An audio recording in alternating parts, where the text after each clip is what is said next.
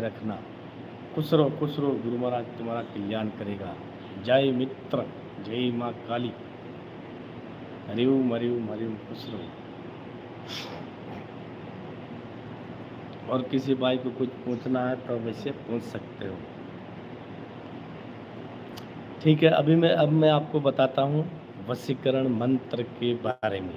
थोड़ा ध्यान से सुनिए, समझिए कि हम क्या क्या शब्द बोल रहे हैं, क्या क्या शब्द नहीं बोल रहे हैं। ये एक क्रियाएं होती है। अगर ये क्रियाओं को हम सक्सेस रूप से और अच्छे जानकार के मार्गदर्शन पे ये क्रियाओं को हम सही टाइम टेबल पर अगर हम साज लेते हैं तो हमारा काम पूर्ण ओके हो जाता है। आप ध्यान से सुनिए वशीकरण मंत्र।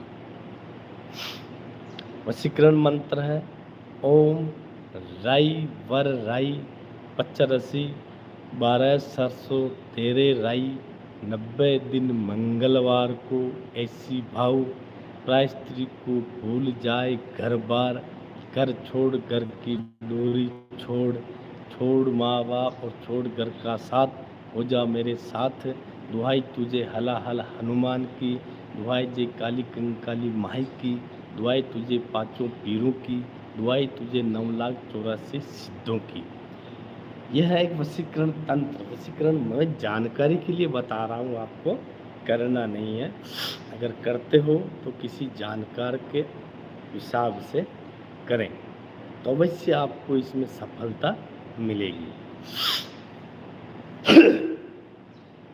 और दूसरा, लोग ये भी पूछते हैं कि गुरुदेव हमारे को परी साधना के बारे में जानना है और यक्षिणी साधना सीखनी है, परी साधना सीखनी है, भूत साधना सीखनी है, फलानी साधना सीखनी है।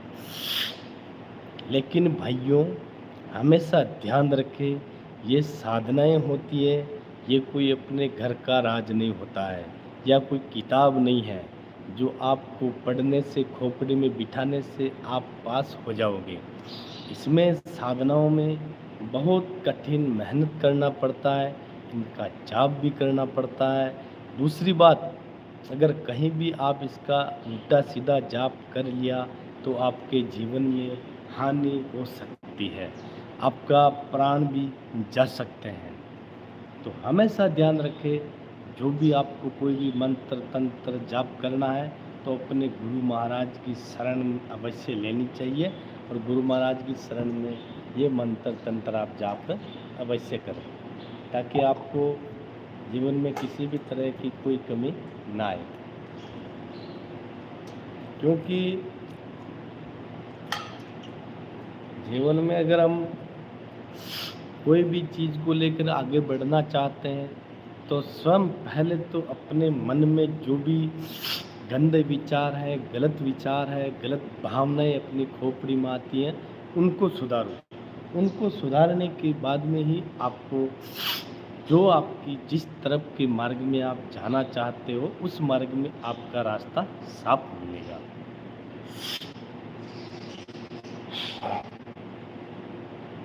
तो मैं आज आपको एक बेताल सिद्धि के बारे में बताता हूँ। तो बेताल सिद्धि के बारे में थोड़ा ध्यान से समझिए और सुनिए। आंकड़े का सिद्धि भी होता है, बेताल का सिद्धि भी होता है। अब बेताल सिद्धि कैसे होता है वो आप ध्यान से सुनिए।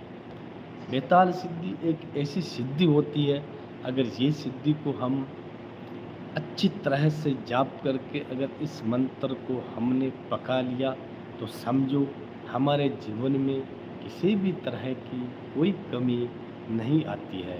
अपना काम अपने आप वो बेताल कर देता है।